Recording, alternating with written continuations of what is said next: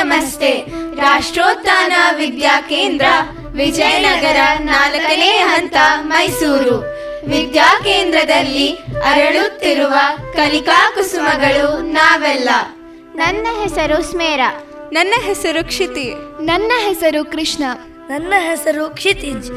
ರಾಷ್ಟ್ರೋತ್ಥಾನ ವಿದ್ಯಾ ಕೇಂದ್ರ ಶಿಕ್ಷಣ ಸಂಸ್ಥೆಯು ರಾಷ್ಟ್ರೋತ್ಥಾನ ಪರಿಷತ್ತಿನ ಅಂಗಸಂಸ್ಥೆಯಾಗಿ ಕಾರ್ಯನಿರ್ವಹಿಸುತ್ತಿದೆ.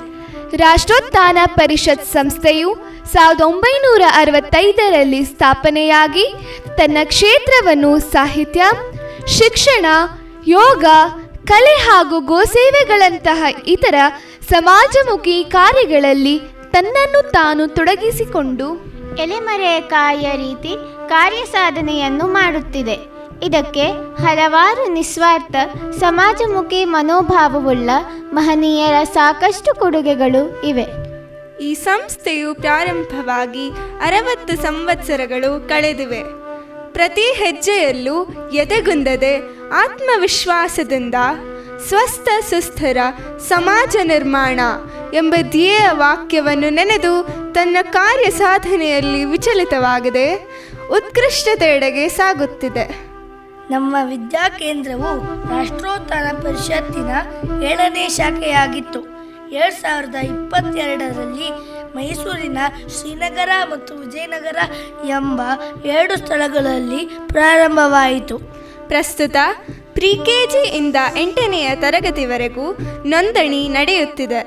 ನಮ್ಮ ಶಿಕ್ಷಣ ಸಂಸ್ಥೆಯು ಭಾರತೀಯ ಪರಂಪರೆಯುಳ್ಳ ರಾಷ್ಟ್ರನಿಷ್ಠ ಶಿಕ್ಷಣಕ್ಕೆ ಹೆಚ್ಚಿನ ಮಹತ್ವವನ್ನು ನೀಡುತ್ತಿದ್ದು, ನಮ್ಮ ಸಂಸ್ಕೃತಿಯ ಸಂಸ್ಕಾರವನ್ನು ಬೇರಿನಿಂದಲೇ ಕೊಡಬೇಕೆಂದು ಮಕ್ಕಳಿಗೆ ಎಳೆ ವಯಸ್ಸಿನಿಂದಲೇ ಪಂಚಮುಖಿ ಶಿಕ್ಷಣ ಪದ್ಧತಿಯ ಮೂಲಕ ನಮ್ಮ ಆಚಾರ, ವಿಚಾರ, ತಾಳ್ಮೆ, ಶಿಸ್ತು, ಸಂಯಮ, ಸಮಯ ಪ್ರಜ್ಞೆ ಮುಂತಾದ ಮೌಲ್ಯಯುತ ಸಂಸ್ಕಾರವನ್ನು ಕಲಿಸುವ ಧ್ಯೇಯವನ್ನು ಹೊಂದಿದೆ.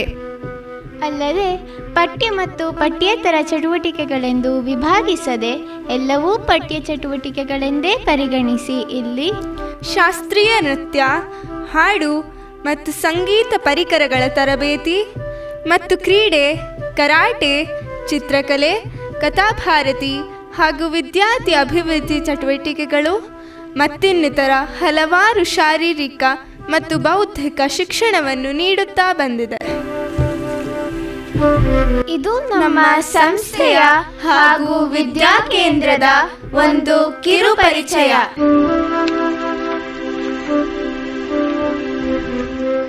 ನಮ್ಮ ಇಂದಿನ ಕಾರ್ಯಕ್ರಮವನ್ನು ಮೊದಲಿಗೆ ಗಣೇಶ ಪ್ರಾರ್ಥನೆಯೊಂದಿಗೆ ಪ್ರಾರಂಭ ಮಾಡುತ್ತಿದ್ದೇವೆ.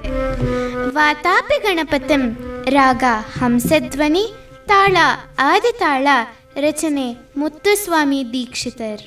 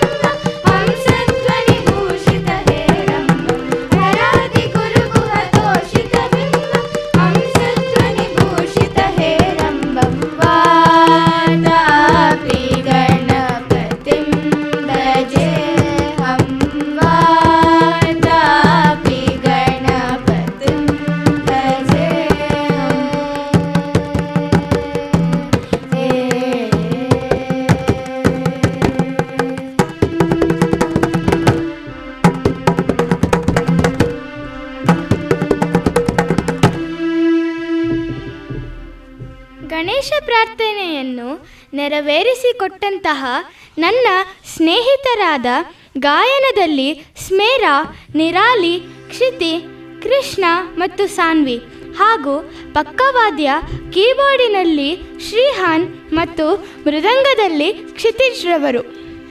ಮುಂದಿನ ಪ್ರಸ್ತುತಿ ಪರಿಸರ ಜಾಗೃತಿ. ಪರಿಸರ ಸಂರಕ್ಷಣೆ ನಿಮ್ಮೆಲ್ಲರ ಹೊಣೆ. ಪರಿಸರ ಕಾಳಜಿ ಮನುಷ್ಯರಾಗಿ ಹುಟ್ಟಿದ ನಮ್ಮೆಲ್ಲರ ಆದ್ಯ ಕರ್ತವ್ಯ.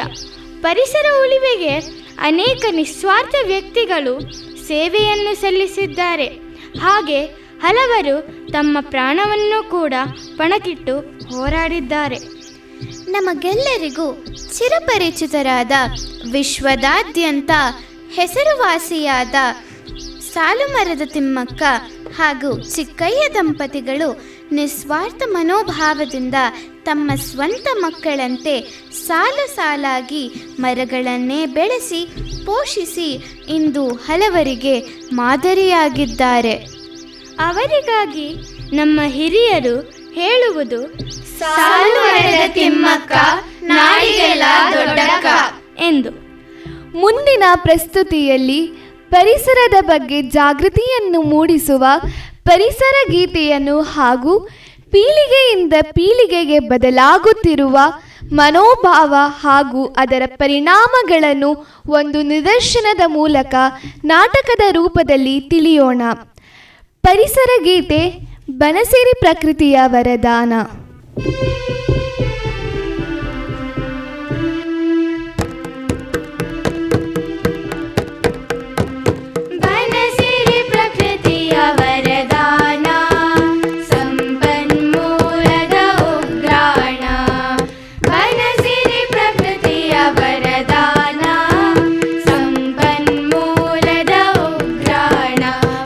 ಜೀವಿಗಳಿಗೆ ಆಶ್ರಯಧಾಮ, ಗಿಡಮೂಲಿಕೆಗಳ ರಸತಾಣ, ರಸತಾಣ, ರಸತಾಣ. ಬನಸಿರಿ ಪ್ರಕೃತಿಯ ವರದಾನ, ಸಂಪನ್ಮೂಲದ ಉಗ್ರಾಣ.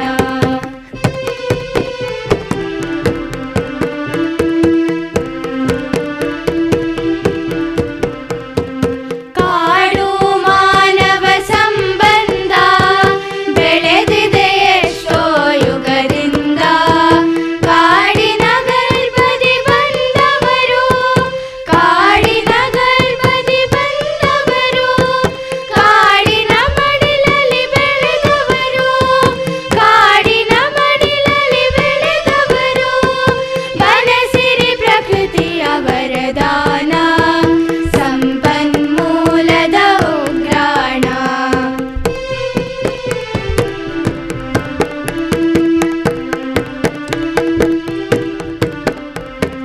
ವನಗಳೇ ಮುಕ್ತಿಯ ತಾಣಗಳು, ಬದುಕಿಗೆ ಶಕ್ತಿಯ ಕೇಂದ್ರಗಳು. ಕಾಡುಗಳಿಲ್ಲದೆ ನಾಡಿಲ್ಲ, ಕಾಡುಗಳಿಲ್ಲದೆ ನಾಡಿಲ್ಲ. ಕಾಡೇ ನಮ್ಮೊಡನಾಡಿಗಳು, ಕಾಡೇ ನಮ್ಮೊಡನಾಡಿಗಳು. ಬನಸಿರಿ ಪ್ರಕೃತಿಯ ವರದಾನ, ಸಂಪನ್ಮೂಲದ ಉಗ್ರಾಣ.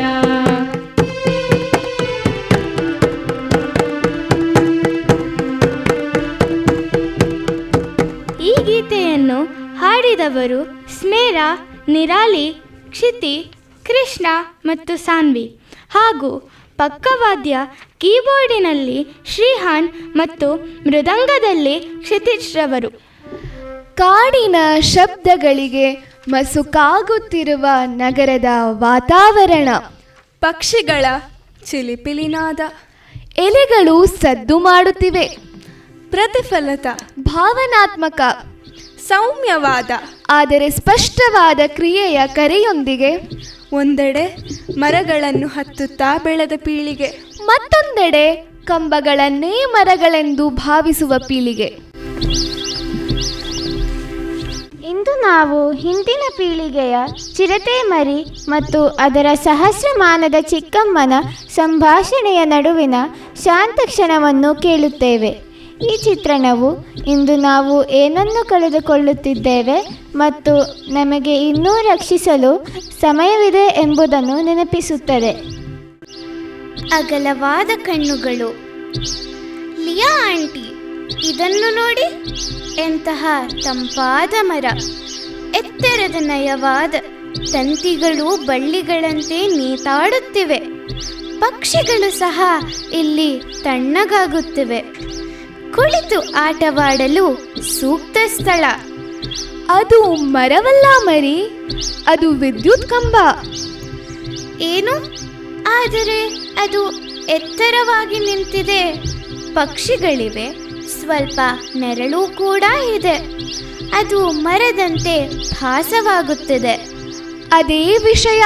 ನೀವು ಕಾಂಡಗಳು ಮತ್ತು ಎಲೆಗಳ ಬದಲಿಗೆ ಕಂಬಗಳು ಮತ್ತು ತಂತಿಗಳನ್ನು ನೋಡುತ್ತಾ ಬೆಳೆದಿದ್ದೀರಿ. ನಿಜವಾದ ಮರಗಳು ಜೀವ ಹೊಂದಿರುವವು. ಅವು ಈ ಭೂಮಿಯೊಳಗೆ ಆವರಿಸಿದ ಬೇರುಗಳನ್ನು ಹೊಂದಿದ್ದವು. ನನಗೆ ಎಂದಿಗೂ ತಿಳಿದಿರಲಿಲ್ಲ ಲಿಯಾ ಆಂಟಿ. ಇದು ಕೇವಲ ಜಗತ್ತು ಹೀಗಿದೆ ಎಂದು ನಾನು ಭಾವಿಸಿದೆ. ಅದು ನಿಮ್ಮ ತಪ್ಪಲ್ಲ ಪುಟ್ಟ. ಆದರೆ ಅದಕ್ಕಾಗಿಯೇ ಇವೆಲ್ಲವನ್ನು ತಿಳಿಯುವುದು ಮುಖ್ಯವಾಗಿದೆ. ನಮಗೆ ನೆನಪಿಲ್ಲದದನ್ನು ನಾವು ರಕ್ಷಿಸಲು ಸಾಧ್ಯವಿಲ್ಲ ಮತ್ತು ನಾವು ತುಂಬಾ ವೇಗವಾಗಿ ಮರೆತು ಬಿಡುತ್ತೇವೆ. ಹಾಗಾದರೆ ನಾವು ಏನು ಮಾಡಬೇಕು? ಅಂದರೆ ನಾವು ಮರಗಳನ್ನು ನೆಡುವುದು, ಮರುಬಳಕೆ ಮತ್ತು ವಸ್ತುಗಳ ಬಗ್ಗೆ ಕಲಿತಿದ್ದೇವೆ. ಆದರೆ ಅದು ಸಾಕೆ? ನೆಡುವುದು ಒಂದು ಆರಂಭ. ಆದರೆ ಇದು ಕೇವಲ ಮರಗಳನ್ನು ನೆಡುವುದರ ಬಗ್ಗೆ ಅಲ್ಲ.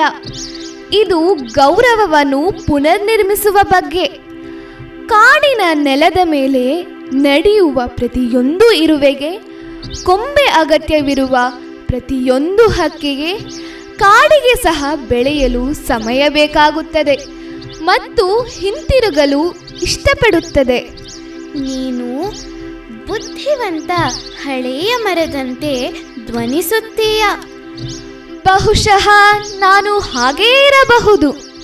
ಋತುಗಳು ಬದಲಾಗುವುದನ್ನು ನಾನು ನೋಡಿದ್ದೇನೆ.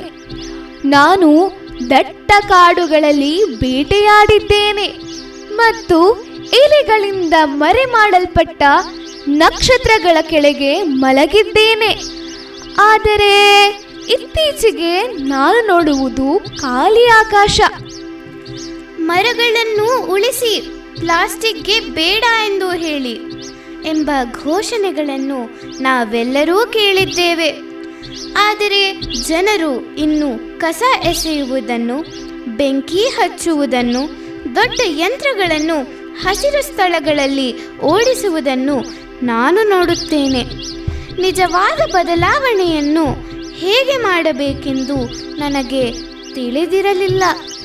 ಅದೇ ಸವಾಲು ಪುಟ್ಟ. ನಿಜವಾದ ಬದಲಾವಣೆ ಪೋಸ್ಟರ್ಗಳಿಂದ ಬರುವುದಿಲ್ಲ, ಅದು ಆಯ್ಕೆಗಳಿಂದ ಬರುತ್ತದೆ. ಉಳಿಸಿದ ಪ್ರತಿಯೊಂದು ಹನಿ ನೀರು, ಎತ್ತಿಕೊಂಡ ಪ್ರತಿಯೊಂದು ಕಸ, ರಕ್ಷಿಸಿದ ಪ್ರತಿಯೊಂದು ಮರ ಎಲ್ಲವೂ ಸೇರುತ್ತದೆ. ನೀವು ಇಡೀ ಜಗತ್ತನ್ನು ಬದಲಾಯಿಸಬೇಕಾಗಿಲ್ಲ, ನಿಮ್ಮ ಮೂಲೆಯನ್ನು ಬದಲಾಯಿಸಿ, ಅಷ್ಟೇ ಸಾಕು. ಹಾಗಾದರೆ ನಾನು ಮಾಡುತ್ತೇನೆ. ನಾನು ನಿಜವಾದ ಮರಗಳ ಬಗ್ಗೆ ಮಾತನಾಡುತ್ತೇನೆ, ಕೇವಲ ಡಿಜಿಟಲ್ ಮರಗಳ ಬಗ್ಗೆ ಅಲ್ಲ. ನಾನು ಸತ್ಯಗಳು, ಕಥೆಗಳನ್ನು ಪೋಸ್ಟ್ ಮಾಡುತ್ತೇನೆ, ಸ್ನೇಹಿತರೊಂದಿಗೆ ನೆಡುತ್ತೇನೆ. ಬಹುಶಃ ಜನರಿಗೆ ಭಾವನೆ ಮೂಡಿಸುವ ರೀಲನ್ನು ಸಹ ಮಾಡುತ್ತೇನೆ. ಇಲ್ಲಿದೆ ನೋಡಿ ನಿಮ್ಮ ಗರ್ಜನೆ, ನಿಮ್ಮ ಧ್ವನಿ, ನಿಮ್ಮ ಪ್ರಪಂಚ, ನಿಮ್ಮ ಪರಿಕರಗಳನ್ನು ಬಳಸಿ. ನೀವು ಕಂಬಗಳೊಂದಿಗೆ ಬೆಳೆದಿದ್ದರೂ ಸಹ ನೀವು ನಮ್ಮನ್ನು ಮರಗಳಿಗೆ ಹಿಂತಿರುಗಿಸಬಹುದು. ಲಿಯಾ ಆಂಟಿ, ಒಂದು ಪುಟ್ಟ ಮರಿ ನಿಜವಾಗಿಯೂ ಏನನ್ನಾದರೂ ಬದಲಾಯಿಸಬಹುದು ಎಂದು ನೀವು ಭಾವಿಸುತ್ತೀರಾ? ಪ್ರತಿಯೊಂದು ಕಾಡು ಒಂದು ಬೀಜದಿಂದ ಪ್ರಾರಂಭವಾಗುತ್ತದೆ. ಒಂದು ಮರಿ ಇನ್ನೊಂದಕ್ಕೆ ಸ್ಫೂರ್ತಿ ನೀಡಬಹುದು ಮತ್ತು ಇನ್ನೊಂದು. ಮತ್ತು ನೀವು ಅದನ್ನು ತಿಳಿದುಕೊಳ್ಳುವ ಮೊದಲು ಕಾಡು ಮತ್ತೆ ಹಾಡುತ್ತದೆ. ಅವನು ಅದನ್ನು ಮರ ಎಂದು ಭಾವಿಸಿದನು, ಆದರೆ ಅವನು ಕಂಡುಕೊಂಡದ್ದು ಸತ್ಯ. ನೆನಪಿಡಿ, ಕಂಬಗಳು ಮಾತ್ರ ನಮಗೆ ಆಸರೆಯಾಗಲು ಉಳಿದಿರುವವರೆಗೆ ಕಾಯಬೇಡಿ. ಮತ್ತೆ ಸಂಪರ್ಕ ಸಾಧಿಸಿ ಕಾಡನ್ನು ಪುನಃ ಬೆಳೆಸಿ. ಕಾಡುಗಳನ್ನು ಬೆಳೆಸಿ, ಪ್ರಾಣಿಗಳನ್ನು ರಕ್ಷಿಸಿ. ಈ ನಾಟಕದಲ್ಲಿನ ಪಾತ್ರಧಾರಿಗಳು ಕೃಷ್ಣ, ನಿರಾಲಿ, ಕ್ಷಿತಿ ಮತ್ತು ಸ್ಮೇರಾ.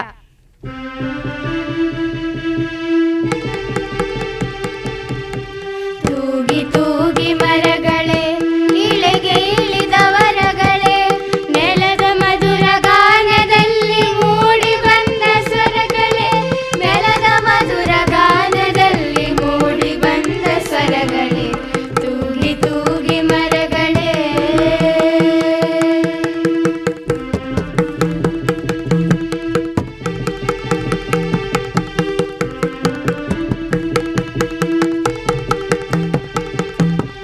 ಮಾತಾಡದೆ ದುಡಿಯುವ ಪ್ರೀತಿ ಪಡೆದ ಕರಗಳೇ, ಸೋತು ಬಂದ ಹಕ್ಕಿ ಹಿಂಡು ತೂಗಿಕೊಳ್ಳುವ ನೆಲೆಗಳೇ, ಸಾಲು ಹಸಿರ ಮಾಲೆಯೇ, ಜೀವರಸದ ನಾಲೆಯೇ, ಸಾಲು ಹಸಿರ ಮಾಲೆಯೇ, ಜೀವರಸದ ನಾಲೆಯೇ, ಪ್ರೀತಿ ಎಂಬ ನೀತಿ ಹಾಡಿ ಪ್ರಕೃತಿ ಬರೆದ ಓಲೆಯೇ, ಪ್ರೀತಿ ಎಂಬ ನೀತಿ ಹಾಡಿ ಪ್ರಕೃತಿ ಬರೆದ ಓಲೆಯೇ, ತೂಗಿ ತೂಗಿ ಮರಗಳೇ.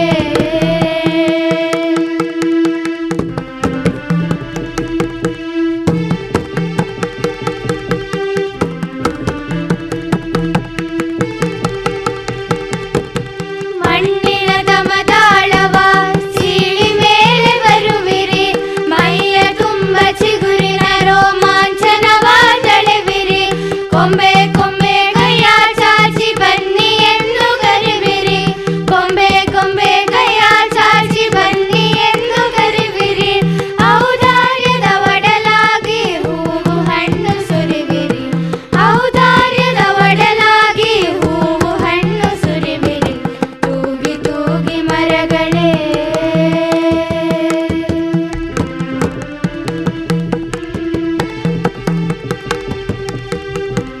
ರಚನೆ ಡಾಕ್ಟರ್ ಎನ್.ಎಸ್. ಲಕ್ಷ್ಮೀನಾರಾಯಣ ಭಟ್.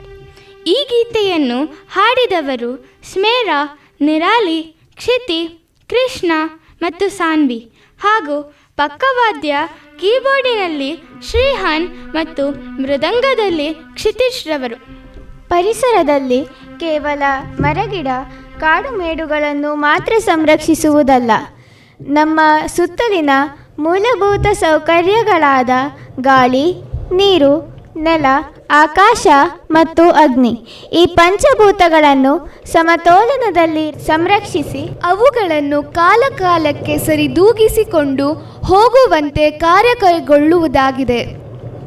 ಈ ನಿಟ್ಟಿನಲ್ಲಿ ನಾವು ಮಾಡಬಹುದಾದ ವೈವಿಧ್ಯಮಯ ದಾರಿದೀಪಗಳನ್ನು ನಮ್ಮ ಮುಂದಿನ ಪೀಳಿಗೆಯ ಮಕ್ಕಳು ಯಾವ ರೀತಿ ಕಂಡುಕೊಳ್ಳುವರು ಎಂಬುದನ್ನು ಈ ಒಂದು ದೃಶ್ಯಾವಳಿಯ ಮುಖಾಂತರ ತಿಳಿಯೋಣ. ನಮ್ಮ ಜಲವಾಸಿ ಸ್ನೇಹಿತರನ್ನು ಉಳಿಸುವುದು. ಸಾನ್ವಿ, ನಮ್ಮ ನದಿ ಎಷ್ಟು ಕೊಳಕುವಾಗಿದೆ ಎಂದು ಗಮನಿಸಿದ್ದೀಯಾ? ನಾನು ಯಾವುದೇ ಮೀನು ಈಜುವುದನ್ನು ಕಾಣುತ್ತಿಲ್ಲ. ಹೌದು, ಜನರು ಕಸ ಮತ್ತು ರಾಸಾಯನಿಕಗಳನ್ನು ನದಿಗೆ ಎಸೆಯುವುದನ್ನು ನಾನು ನೋಡಿದ್ದೇನೆ. ಇದು ಜಲಚರ ಜೀವಕ್ಕೆ ಹಾನಿ ಮಾಡುತ್ತಿದೆ. ನಾವು ಇದರ ಬಗ್ಗೆ ಏನಾದರೂ ಮಾಡಬೇಕಾಗಿದೆ. ಇದರ ಬಗ್ಗೆ ತಿಳಿದವರಲ್ಲಿ ಚರ್ಚಿಸಿ ಒಂದು ಪರಿಣಾಮಕಾರಿ ಬದಲಾವಣೆಯ ದಾರಿಯನ್ನು ಕಂಡುಕೊಳ್ಳಬೇಕಾಗಿದೆ. ಹಾಗಾದರೆ ನಮಗೆ ಮಾರ್ಗದರ್ಶನ ನೀಡುವವರು ಯಾರು? ನಾವು ಯಾರಲ್ಲಿ ಚರ್ಚಿಸಬಹುದು? ಉತ್ತಮ ಸಲಹೆಗಾಗಿ ಯಾರನ್ನು ಸಂಪರ್ಕಿಸುವುದು? ನನಗೆ ಒಬ್ಬರ ಪರಿಚಯವಿದೆ.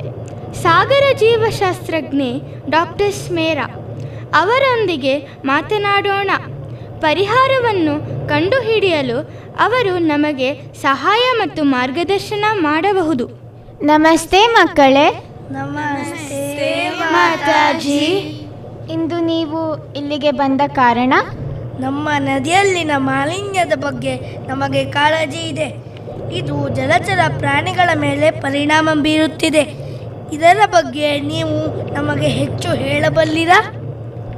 ಹೌದು, ಮಾಲಿನ್ಯವು ಜಲಚರ ಜೀವನಕ್ಕೆ ಪ್ರಮುಖ ಅಪಾಯವಾದುದಾಗಿದೆ. ರಾಸಾಯನಿಕಗಳು ಮತ್ತು ಕಸವು ಮೀನು ಮತ್ತು ಇತರ ಜಲಚರ ಪ್ರಾಣಿಗಳಿಗೆ ಹಾನಿಯನ್ನುಂಟು ಮಾಡುತ್ತಿದೆ. ನಮ್ಮ ನದಿಯ ಮೇಲೆ ಮಾಲಿನ್ಯದ ಪ್ರಭಾವವನ್ನು ನಾನು ನೇರವಾಗಿ ನೋಡಿದ್ದೇನೆ. ಇದು ನಮ್ಮ ಜೀವನೋಪಾಯ ಮತ್ತು ಮೀನುಗಾರಿಕೆ ಹಾಗೂ ಮೀನುಗಾರರ ಮೇಲೂ ಪರಿಣಾಮ ಬೀರುತ್ತಿದೆ. ನಾನು ಸಹಾಯ ಮಾಡಲು ಬಯಸುತ್ತೇನೆ. ನಮ್ಮ ನದಿಯನ್ನು ರಕ್ಷಿಸುವ ಮಹತ್ವದ ಬಗ್ಗೆ ಜಾಗೃತಿ ಮೂಡಿಸಲು ನಾನು ಕೆಲವು ಪೋಸ್ಟರ್ಗಳನ್ನು ರಚಿಸಬಹುದೇ? ಅದು ಒಂದು ಉತ್ತಮ ಉಪಾಯ ನಿರಾಲಿ. ಅರಿವು ಹರಡಲು ಕಲೆ ಪ್ರಬಲ ಸಾಧನವಾಗಬಹುದು. ಮರುಬಳಕೆ ಮಾಡಬಹುದಾದ ವಸ್ತುಗಳನ್ನು ಸಂಗ್ರಹಿಸಲು ಮತ್ತು ತ್ಯಾಜ್ಯವನ್ನು ಸರಿಯಾಗಿ ವಿಲೇವಾರಿ ಮಾಡಲು ನಾನು ಸಹಾಯ ಮಾಡಬಹುದು. ನಾವು ಸ್ವಚ್ಛಗೊಳಿಸುವ ಕಾರ್ಯವನ್ನು ಸಹ ಆಯೋಜಿಸಬಹುದು. ಮತ್ತು ನಮ್ಮ ಜಲಚರಗಳನ್ನು ಉಳಿಸುವ ಮಹತ್ವದ ಬಗ್ಗೆ ನಾನು ಸಹಾಯ ಮಾಡಬಹುದು. ಒಂದು ಪರಿಣಾಮಕಾರಿ ಬದಲಾವಣೆಯನ್ನು ತರಲು ಒಟ್ಟಾಗಿ ಕೆಲಸ ಮಾಡೋಣ. ನಮ್ಮ ನದಿ ಮತ್ತು ಅದರ ನಿವಾಸಿಗಳನ್ನು ರಕ್ಷಿಸಲು ನಾವು ನಮ್ಮ ಶಾಲೆ ಮತ್ತು ಸಮುದಾಯದಲ್ಲಿ ಅಭಿಯಾನವನ್ನು ಪ್ರಾರಂಭಿಸಬಹುದು. ನಾವೆಲ್ಲರೂ ಒಟ್ಟಿಗೆ ಇದ್ದೇವೆ. ನಮ್ಮ ಜಲಚರ ಸ್ನೇಹಿತರನ್ನು ಉಳಿಸಲು ಒಟ್ಟಾಗಿ ಕೆಲಸ ಮಾಡೋಣ.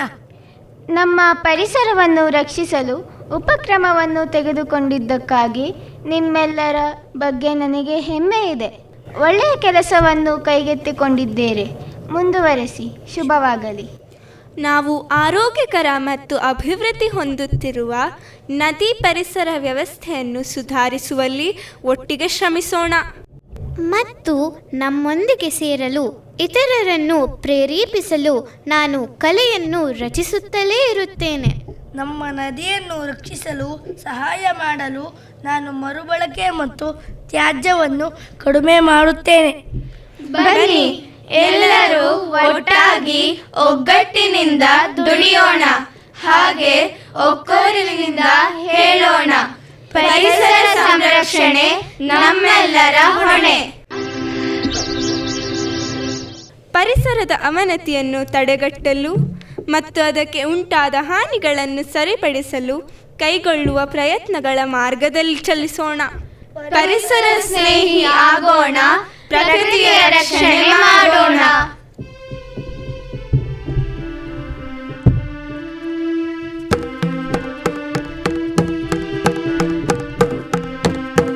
ಬನಸಿರಿ ಪ್ರಕೃತಿಯ ವರದಾನ, ಸಂಪನ್ಮೂಲದ ಉಗ್ರಾಣ. ಬನಸಿರಿ ಪ್ರಕೃತಿಯ ವರದಾನ, ಸಂಪನ್ಮೂಲದ ಉಗ್ರಾಣ. ವನ್ಯಜೀವಿಗಳಿಗೆ ಆಶ್ರಯಧಾಮ, ಗಿಡಮೂಲಿಕೆಗಳ ರಸತಾಣ, ರಸತಾಣ, ರಸತಾಣ.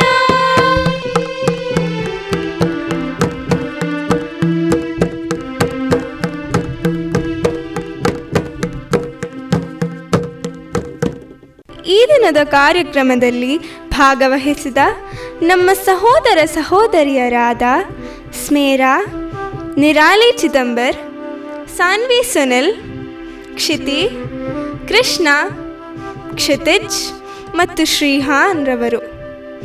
ಇಂದು ನಾವೆಲ್ಲ ಪರಿಸರದ ಕಾಳಜಿಯ ಬಗ್ಗೆ ಉಪಯುಕ್ತ ಮಾಹಿತಿಗಳನ್ನು ನಿಮ್ಮೊಂದಿಗೆ ವೈವಿಧ್ಯಮಯವಾಗಿ ಹಂಚಿಕೊಳ್ಳಲು ನಮಗೆ ಅವಕಾಶವನ್ನು ಮಾಡಿಕೊಟ್ಟ ಜ್ಞಾನಧ್ವನಿ 90.8 FM ಸಮುದಾಯ ಬಾನುಲಿ ಕೇಂದ್ರಕ್ಕೆ ನಮ್ಮ ರಾಷ್ಟ್ರೋತ್ಥಾನ ವಿದ್ಯಾಕೇಂದ್ರದ ಪರವಾಗಿ ಧನ್ಯವಾದಗಳನ್ನು ಸಲ್ಲಿಸುತ್ತೇವೆ. ಭಾರತ್ ಮಾತಾ ಕಿ ಜೈ. ವಂದೇ ಮಾತರಂ. ವಂದೇ ಮಾತರಂ. ಪರಿಸರ ಉಳಿಸಿ, ಪರಿಸರ ಬೆಳೆಸಿ, ಪರಿಸರ ರಕ್ಷಿಸಿ, ಪರಿಸರ ಪೋಷಿಸಿ.